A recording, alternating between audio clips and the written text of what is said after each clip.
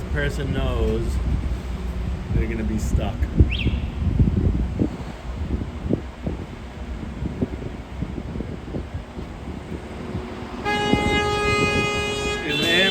There's an ambulance there. Nobody's getting through. There's an ambulance. So now you're going to have all these cars stuck and honking because there's an ambulance. You can see it all the way down there.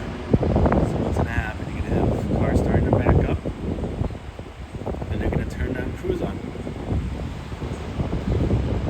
This happens every day. Something of this nature happens every single day. So you're going to have 3 blocks worth of vehicles honking and getting frustrated. Yep. And then you got the smart one that notices it. They're going to turn down because they don't want to be stuck. It happens every single day. Now you have this car backing up. Good move, right? And then they're going to turn down Curzon. As you can see, there's an ambulance about 2 blocks down. Nobody's going to be able to get through. Here we go. Why can't we make Curzon a 2-way street already? How many times do I got to record this stuff? The ambulance is not moving.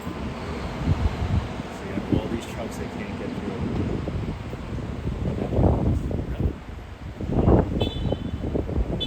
They noticed it. They're not going to be going anywhere.